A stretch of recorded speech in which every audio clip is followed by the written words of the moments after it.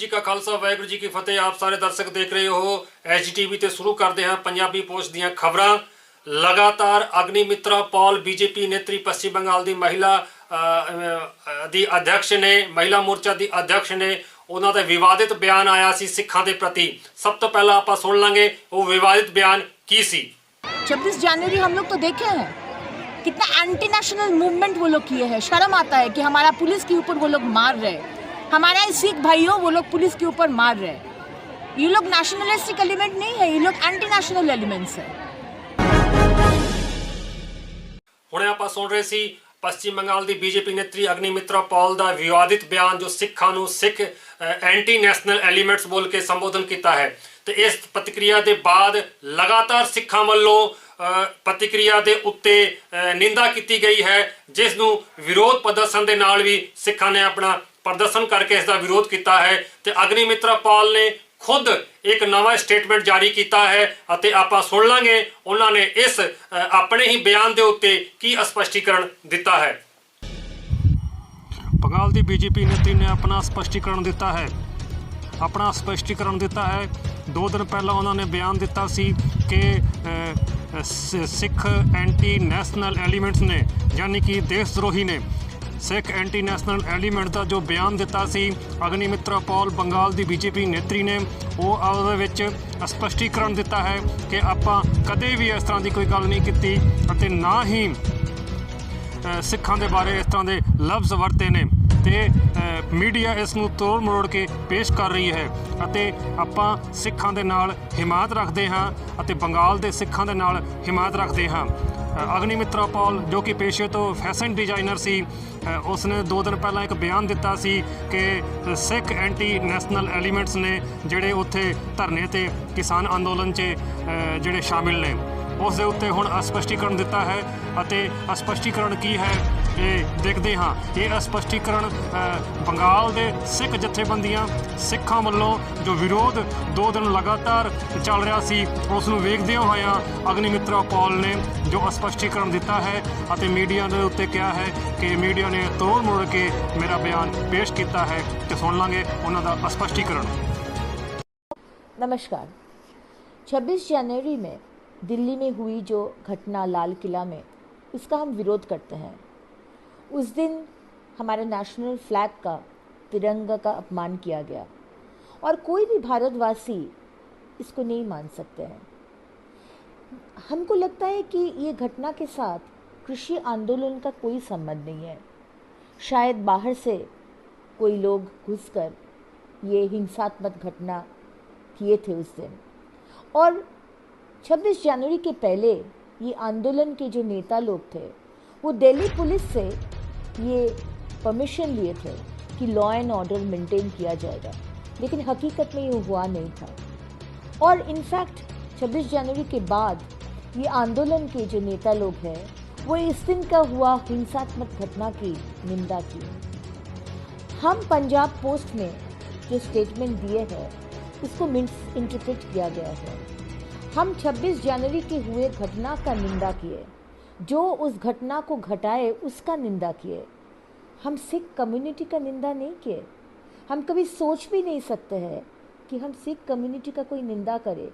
जो सिख भाई और बहन लोग देश के लिए अपना जान बाजी लगाते हैं, जो जिसके लिए देश सबसे आगे होता है, वो कम्युनिटी के बारे में कुछ भी गलत बोलना, ये हम कभी सोच नहीं सकते हैं। इनफैक्ट आपको मालूम नहीं होगा बोलना, ये हम कभी सोच नहीं सकते हैं। इनफैक्ट आपको मालूम नहीं होगा, कुछ महीने पहले हम बनपुर गुरुद्वारा, दिल्ली गुरुद्वारा और बहुत सारे गुरुद्वारा और माननीय प्रधानमंत्री मोदी जी को एक मेल भेजे थे, एक चिट्ठी भेजे थे, जिसमें हम लिखे थे कि गुरु गोविंद सिंह जी के जन्म जयंती पर नेशनल हॉलिडे डिक्लेयर किया जाए और इस दिन को पितृ बलिदान दिवस के नाते से जाना जाए। तो यही बोलना चाहते हैं, कोई भी कम्युनिटी, वो सिख कम्युनिटी हो या कोई भी कम्युनिटी हो, इसके अगेंस्ट में कुछ बात बोलना ये मेरे स्वभाव में नहीं है। इनफैक्ट जब माननीय मुख्यमंत्री ममता बनर्जी 10 बरस से मुस्लिम मुआजिम को भाता दिए जाते हैं, और आपको मालूम होगा कुछ ही महीनों पहले हिंदू पुरोहित को भाता देना शुरू हुआ है, तब हम आवाज़ उठाए कि क्यों हमारे सिख भाई जो गुरुद्वारे में पूजा करते हैं, जो बुद्धिस्ट भाई लोग हैं, मंक है, जो मॉनेस्ट्री में पूजा करते हैं, जो जैन मुनि है, जो जैन मंदिर में पूजा करते हैं, उसको क्यों नहीं भाता मिलेगा। ताई यही बोलना चाहते हैं कि हम कोई भी कम्युनिटी के अगेंस्ट में नहीं हैं और कभी सोच भी नहीं सकते हैं कि किसी कम्युनिटी के अगेंस्ट में हम कुछ बात बोले। नमस्कार, भारत माता की जय। बनपुर गुरुद्वारा प्रबंधक कमेटी ਵੱਲੋਂ ਲਗਾਤਾਰ ਸਿੱਖਾਂ ਦੇ ਹਿੱਤ ਲਈ ਕੰਮ ਕਰ ਰਹੀ ਹੈ ਅਤੇ ਇਸ ਅਗਨੀਮਿਤਰਾ ਪੌਲ ਦੇ ਬਿਆਨ ਦਾ ਖੰਡਨ ਵੀ बनपुर ਗੁਰਦੁਆਰਾ ਪ੍ਰਬੰਧਕ ਕਮੇਟੀ ਨੇ ਕੀਤਾ ਹੈ ਤੇ ਵੱਡੇ ਪੱਧਰ ਤੇ ਇਸ ਅੰਦੋਲਨ ਨੂੰ ਲੈ ਕੇ ਜਾਣ ਦੀ ਪਲਾਨਿੰਗ ਸੀ। ਲੇਕਿਨ ਅਗਨੀਮਿਤਰਾ ਪੌਲ ਦੇ बीजेपी नेत्री ਦੇ ਇਹ ਜੋ ਬਿਆਨ ਨੇ ਉਹ ਆਪਣਾ ਵਾਪਸ ਲਿਆ ਨੇ। ਇਸ ਦੇ ਉੱਤੇ ਇੱਕ ਛੋਟਾ ਜਿਹਾ कार्यक्रम ਕਰਕੇ बनपुर ਗੁਰਦੁਆਰਾ ਪ੍ਰਬੰਧਕ ਕਮੇਟੀ ਨੇ ਲੋਕਾਂ ਨੂੰ ਦੱਸਿਆ।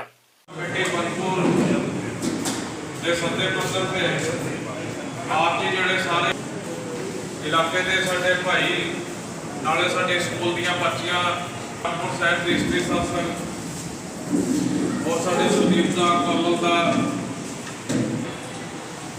उसको लेकर जो आपको गुरुद्वारा बनपुर की तरफ से रिक्वेस्ट करके बुलाया गया है और आप पहुँचे हैं गुरुद्वारा बनपुर की तरफ।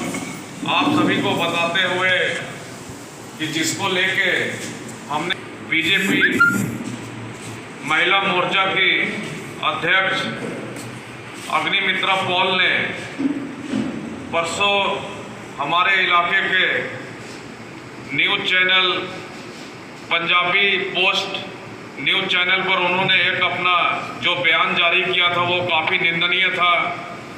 खास करके पूरी एक कम्युनिटी को उन्होंने अपनी तरफ से टेररिस्ट बना के हमें कटघरे में खड़ा करके जो बदनाम करने की कोशिश की थी उसकी जितनी निंदा की जाए पूरे भारत के हमारे भारतवर्ष के लोगों की तरफ से कम है। और हमारी सिख कम्युनिटी की तरफ से हम उनकी जो बयान था उसकी भरपूर और कठोर शब्दों में निंदा करते हैं। लेकिन वक्त रहते कल हमने पंजाबी पोस्ट न्यूज़ चैनल पर जब उनका बयान देखा तो हमारी गुरुद्वारा प्रबंधक कमेटी ने तुरंत इमरजेंसी मीटिंग बुला के हमने निर्णय लिया कि आज सुबह 11 बजे इलाके की समूची आवाम को लेकर हम त्रिवेणी मोड़ जाम करके प्रशासन के सहयोग से उनके इस बयान का हम भरपूर आंदोलन करते हुए उसको मुंहतोड़ जवाब देंगे कि आप को इतना संविधान ने हक नहीं दिया है कि आप किसी एक कम्युनिटी को लेके इस तरह से अपना बयान जारी करें और हमें बदनाम करने के लिए और जो भारतवर्ष को तोड़ने की जो आपने हिम्मत दिखाई है उसका हम जवाब अपनी तरफ से ज़रूर देंगे। खास हमारे बनपुर और आसनसोल की धरती के और हमारे आसनसोल की आवाम को लेकर। लेकिन समय को देखते हुए उन्होंने हमारा जो हमने वीडियो रिलीज़ किया था जो हम धरना देने जा रहे हैं उसको लेके हमारा जो न्यूज़ हमारी खबर उन तक पहुंची। उन्होंने बहुत एक महान काम अपनी तरफ से किया है कि उन्होंने तुरंत एक वीडियो रिलीज़ करके अपनी तरफ से पूरी सिख कम्युनिटी से और पूरे पश्चिम बंगाल की आवाम से उन्होंने हाथ जोड़ के माफ़ी मांगी है कि मेरे तरफ से मेरे मुंह से जो अल्फाज किसी कम्युनिटी को लेकर निकले हैं मैं अपने अल्फाज वापस लेते हुए मैं पूरी सिख कम्युनिटी से माफ़ी मांगती हूँ। और मेरी जो श्रद्धा है सिख कम्युनिटी को लेके वो श्रद्धा पहले भी थी, आज भी है और आगे भी इसी तरह रहेगी। 24 तारीख को गुरुद्वारा बनपुर ने पूरे इलाके की संगत के सहयोग से गुरु गोविंद सिंह महाराज की जो जयंती मनाई थी उसमें वो खुद माथा टेकने के लिए कोलकाता से यहाँ पर चल के आई थी। उसका भी जिक्र उन्होंने किया है। उन्होंने खुद पूरी सिख कम्युनिटी को खास गुरुद्वारा बनपुर को एक लेटर भी लिखा था अपनी तरफ से कि मैं अपनी तरफ से प्रयास कर रही हूँ। देश की सरकार हमारी जो भारत की उनको उन्होंने एक चिट्ठी भी लिख के गुरु गोविंद सिंह महाराज की जयंती की छुट्टी के लेकर और 4 साहिबजादे के बाल दिवस मनाने के लेके भी उन्होंने वो अपनी तरफ से हमें बताया कि मैं जिक्र किया है और उन्होंने जो अपनी लेटर है उसकी कॉपी भी मुझे दी है। जो कदम वो उठा रही थी, चलो वो सराहनीय है, लेकिन जो काम वो जितना भी सराहना काम जो सिख कम्युनिटी और हमारे गुरु और साहिबजादे को लेकर करने जा रही थी, वो सारा काम उनका जो उस पर दाग लग गया। जो उन्होंने सिख कम्युनिटी को आज कटघरे में खड़ा करके 26 जनवरी को जो हमारे कृषि के अन्नदाता दिल्ली में ट्रैक्टर रैली करके जो अपना धरना प्रदर्शन अपना आंदोलन कर रहे थे, वो उनका संवैधानिक हक है, उसे कोई भी रोक नहीं सकता है। ठीक है, उसमें कुछ लोगों ने लाल किले पे जाके जो हरकत हुई है, वो हम भी उनकी कुछ जो शरारती लोगों ने ऐसे काम किए हैं, हम उनकी निंदा करते हैं, लेकिन उसका दूसरा पहलू भी तो देखा जाए कि हमारी भारत सरकार उसकी गारंटी लेती है कि हमारे लाल किले के ऊपर में एक चिड़िया भी पर नहीं मार सकती है, लेकिन इतने लोग लाल किले के अंदर में फिर दाखिल कैसे हुए? ये तो हमारे सरकार की लापरवाही है। उनकी जो सुरक्षा की, उनकी जो एजेंसियों की कमी थी, वो सारी दिखाई पड़ी, या सरकार की तरफ से पूरा षड्यंत्र करके ये काम जो करवाया गया है कि किसान आंदोलन को किस तरह से बदनाम करके उस आंदोलन को ख़त्म कर दिया जाए। लेकिन भगवान भी ऊपर से देख रहे हैं कि जो कृषि के अन्नदाताओं का आंदोलन है वो सही है, इसीलिए भारत की जनता और भगवान का पूरा आशीर्वाद वो कृषि के अन्नदाताओं के साथ में है। जो भारत की सरकार की मंसूबा थी, उसमें भारत सरकार पूरी तरह फेल हो गई और बदनाम हो गई। ये पूरी दुनिया देख रही है भारत सरकार के जो करतूत 26 जनवरी को जो षड्यंत्र रचा था भारत सरकार की तरफ से, भारत सरकार पूरी तरह फेल हो गई। इसलिए हमारे राज्य की जो अभी उनका कैरियर अभी बनते हुए नज़र आ रहा है अग्निमित्रा पॉल जी का, अभी तो उनको अपने कैरियर के बारे में सोचना चाहिए कि मुझे अपना कैरियर किस तरह से बनाना है राजनीतिक में। और वो इस तरह से इतना बड़ा बयान देके जो पार्टी के सुप्रीम अथॉरिटी, सुप्रीम पावर है, हाई कमांड है, और उनकी जो एक महान एजेंसी है जो भारत के टुकड़े करने के लिए, जिसका नाम आरएसएस बोल के सब जानते हैं, आरएसएस के जो सुप्रीमो है उनको खुश करने के लिए सिख कम्युनिटी को इस तरह से बयान उन्होंने रिलीज किया था, वो काफ़ी निंदनीय था। लेकिन बहुत खुशी की बात है कि उन्होंने समय रहते हुए अपने 3 छोटे छोटे 1.5 मिनट के वीडियो रिलीज करके जो उन्होंने सिख कम्युनिटी से माफ़ी मांगी है, हम उनकी सराहना करते हैं कि हमारा धर्म, हमारा कानून, हमारा संविधान सबको सिखाता है कि जो लोग या जो इंसान अपनी गलती पे अपने गलती को महसूस करते हुए सामने वाले से अगर हाथ जोड़ के माफ़ी मांग ले तो उनसे बड़ा कोई महान नहीं होता है। और जिससे वो माफ़ी मांग रहे हैं उनका भी कर्तव्य बनता है कि हम भी बढ़ चढ़ के उसे गले लगा के उसे माफ़ करना चाहिए। इसलिए हम अग्निमित्रा पॉल जी से हाथ जोड़ के पूरी अपनी बंगाल की आवाम की तरफ से और हम सिख कम्युनिटी की तरफ से अपील करेंगे कि आप पहले अपने कैरियर के बारे में ध्यान दें, इस तरह के बयान ना रिलीज करें, ताकि आपका कैरियर जो है वो बनते बनते यहाँ पर ही आके फुल स्टॉप लग के ख़त्म ना हो जाए। आप अपने सुप्रीम अथॉरिटी को खुश करने के चक्कर में किसी कम्युनिटी को इस तरह से ना गिराएं। आपको खास हम नसीहत देना चाहते हैं अपनी सिख कम्युनिटी की तरफ से, और प्रार्थना भी साथ में कर रहे हैं बड़ी दिल से और नर्मता से कि आप पूरे सिख कम्युनिटी का पहले इतिहास को पढ़ें और किसी और ख़ास कम्युनिटी का भी इतिहास ज़रूर पढ़ के उसके बाद से अपना जो बयान है रखें, ताकि आप किसी भी घेरे में नहीं आए आज जिसके लिए आपको शर्मिंदगी महसूस करनी पड़े। लेकिन आज आप हमारी नज़रों में महान हो गए हैं। हम आपको सैल्यूट करते हैं कि आपने जो बढ़ चढ़ के पूरी कम्युनिटी से अपनी जो गलती है उसे मानते हुए अपनी बात को रखा है। ये आप हमारी भी नज़र में महान है। हम आपसे आगे आशा करेंगे आप इसी तरह से जो कदम आज आपने उठाया है इसको भी आगे इस तरह से ही इस कदम को लेकर चलते रहे भगवान गुरु के सामने। ये हमारी सिख कम्युनिटी की तरफ से मैं अपना वक्तव्य यही ख़त्म कर रहा हूँ। आगे का जो बात है हमारे गुरुद्वारा बनपुर साहिब के प्रवक्ता परमजीत सिंह आपके सामने रूबरू होकर अपनी जो बात है वो रखेंगे। जो परसों एक बैनर तले उनकी छत्र छाया में आज जो बीजेपी के जितने भी लीडर हैं पार्टी को बढ़ावा दे रहे हैं, हमें उससे कोई प्रॉब्लम नहीं। इलेक्शन हमारे देश में चलते आया है और चलते रहेगा। पार्टियां आती है जाती है, अपना वो ज्ञापन देती हैं नहीं देती हैं, लेकिन उस दौरान किसी भी एक कम्युनिटी को ऐसे टारगेट करके एंटी नेशनल और एंटी एलिमेंट बोलना कहीं भी बर्दाश्त नहीं किया जाए।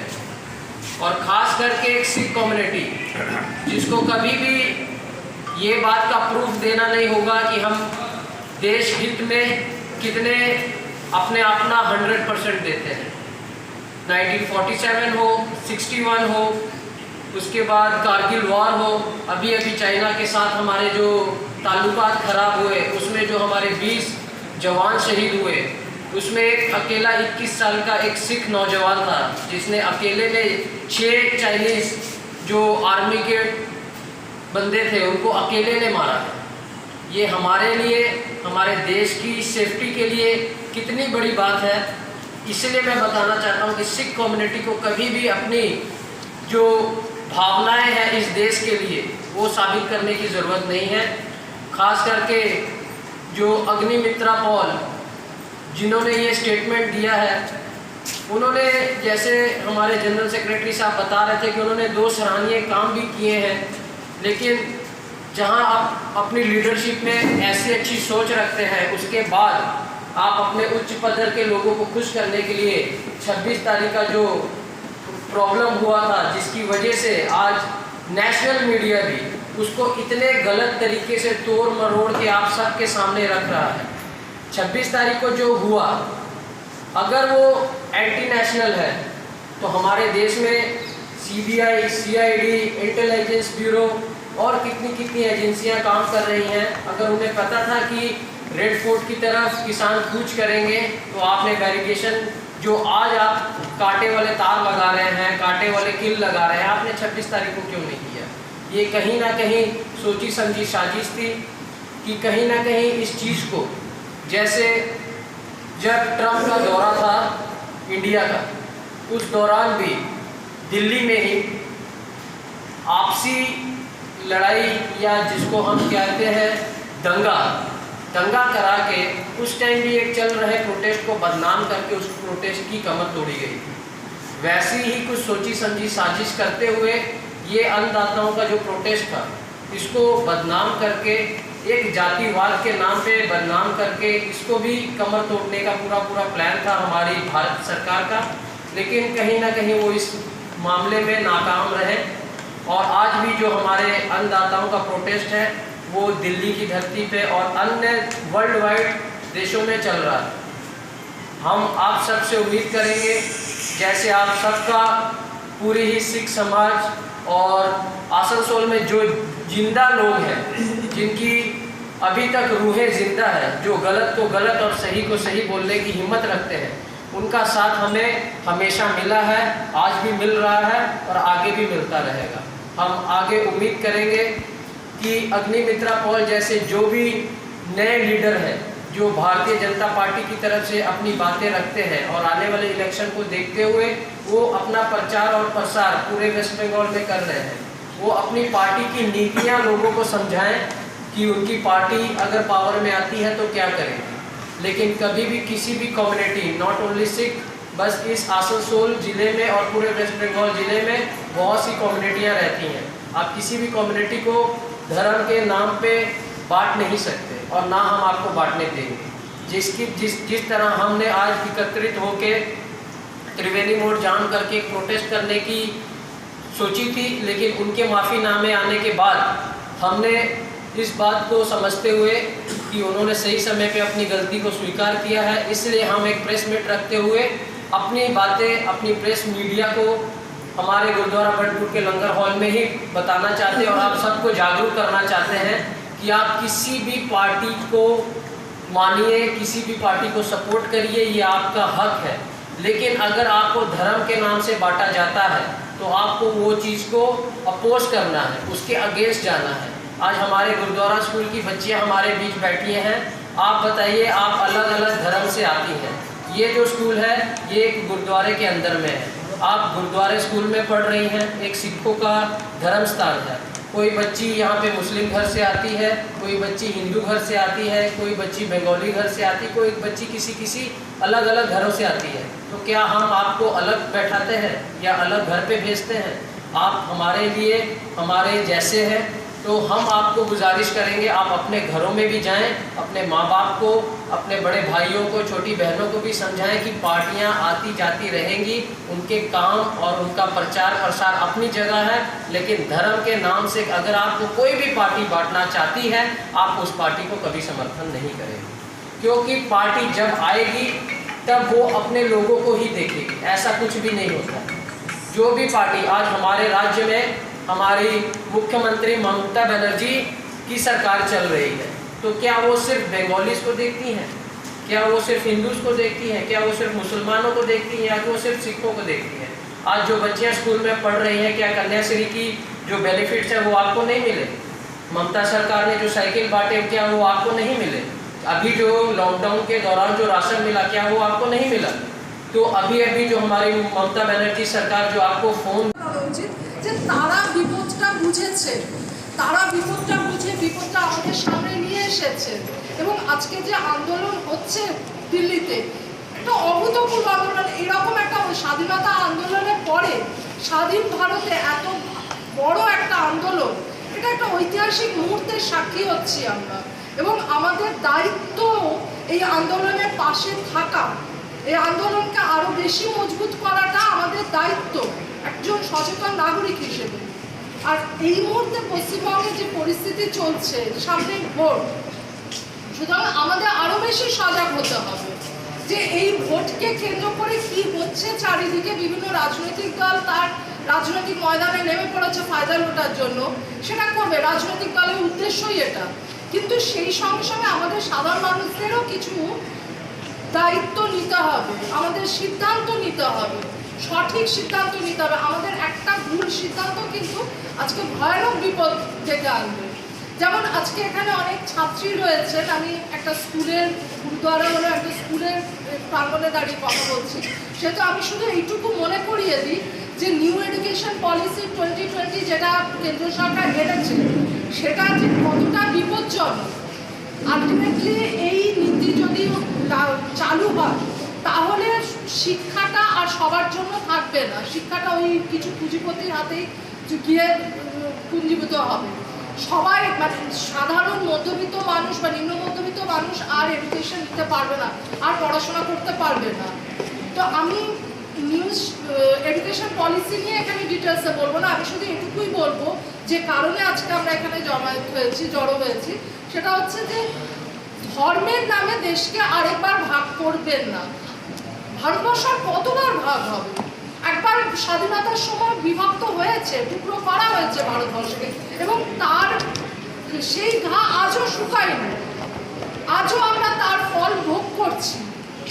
তারপর আবার এখন বিজেপি যে পদক্ষেপ নিচ্ছে, যে ভূমিকা গ্রহণ করছে, বিজেপি আসলে মানে আরএসএস বলছে হিন্দু রাষ্ট্র, কিন্তু ওরা আসলে দুটো উদ্দেশ্য নিয়ে বলছে, একটা হিন্দু রাষ্ট্র সামনে বলছে, আর পেছনে ওদের আসল সেটা আর পেছনেও নেই, সেটাও সামনে চলে এসেছে, সেটা হচ্ছে পুঁজিপতিদের সাহায্য করা।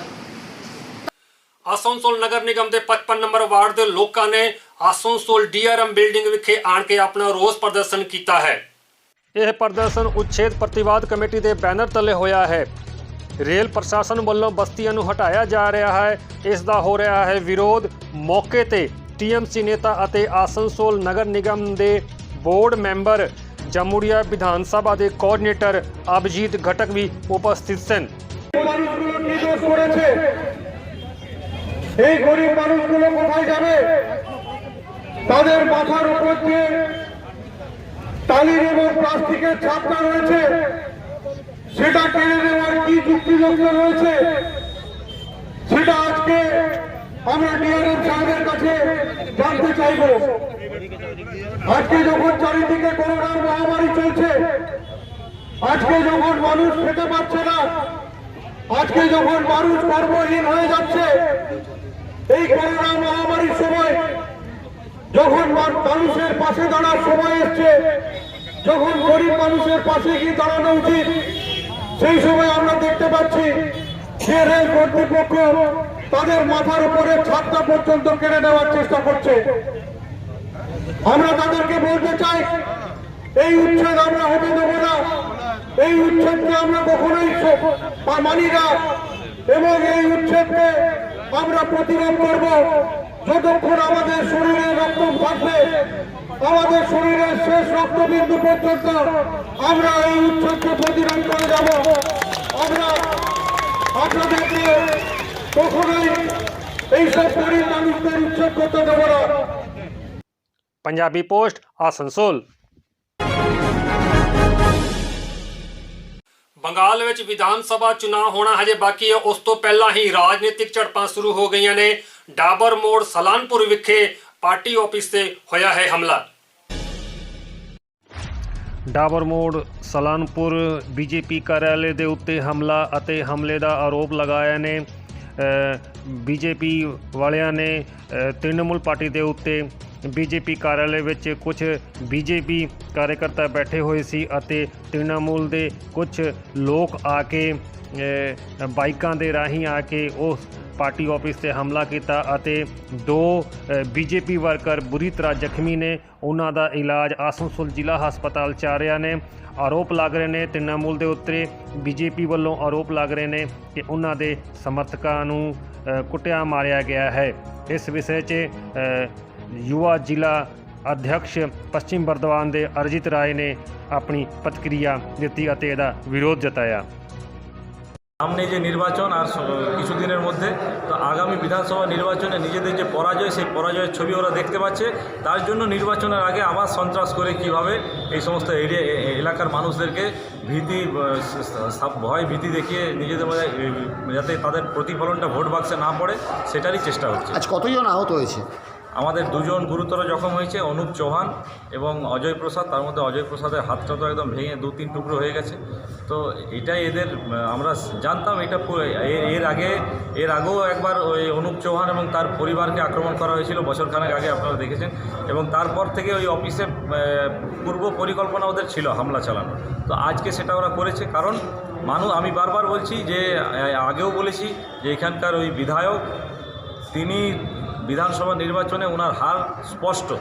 উনি দেখছেন যে মানুষের জনভিত্তি নেই শুধু এই, এবং দীর্ঘদিন 10 বছর যেভাবে অত্যাচার করেছেন মানুষের প্রতি সেই জনরোষ আগামী বিধানসভা নির্বাচনের ভোট বাক্সে প্রতিফলিত হবে এবং সেইটাকে আটকানোর জন্য এখন থেকে এই প্রয়াস শুরু।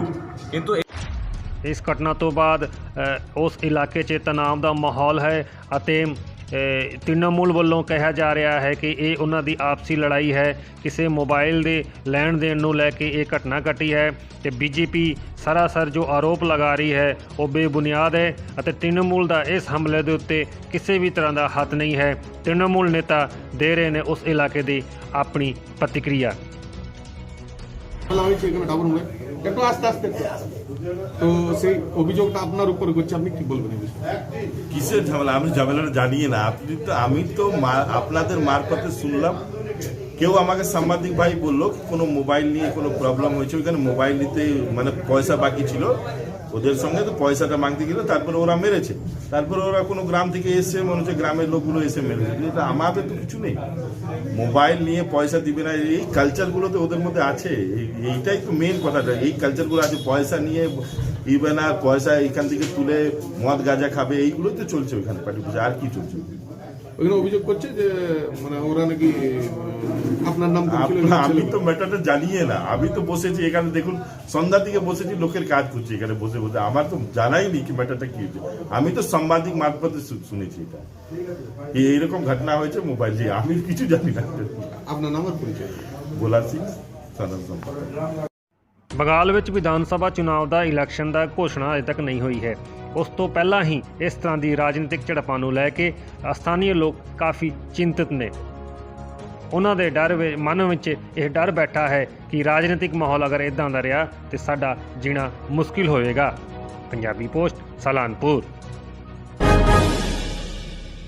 ਹੁਣ ਤੱਕ ਆਪ ਸਾਰੇ ਦਰਸ਼ਕ ਦੇਖ ਰਹੇ ਸੀ ਪੰਜਾਬੀ ਪੋਸਟ। ਦੇਖਦੇ ਰਹੋ SGTV। ਦੋ ਮੋਹਨ ਸਿੰਘ ਨੂੰ ਇਜਾਜ਼ਤ। ਵਾਹਿਗੁਰੂ ਜੀ ਕਾ ਖਾਲਸਾ, ਵਾਹਿਗੁਰੂ ਜੀ ਕੀ ਫਤਿਹ।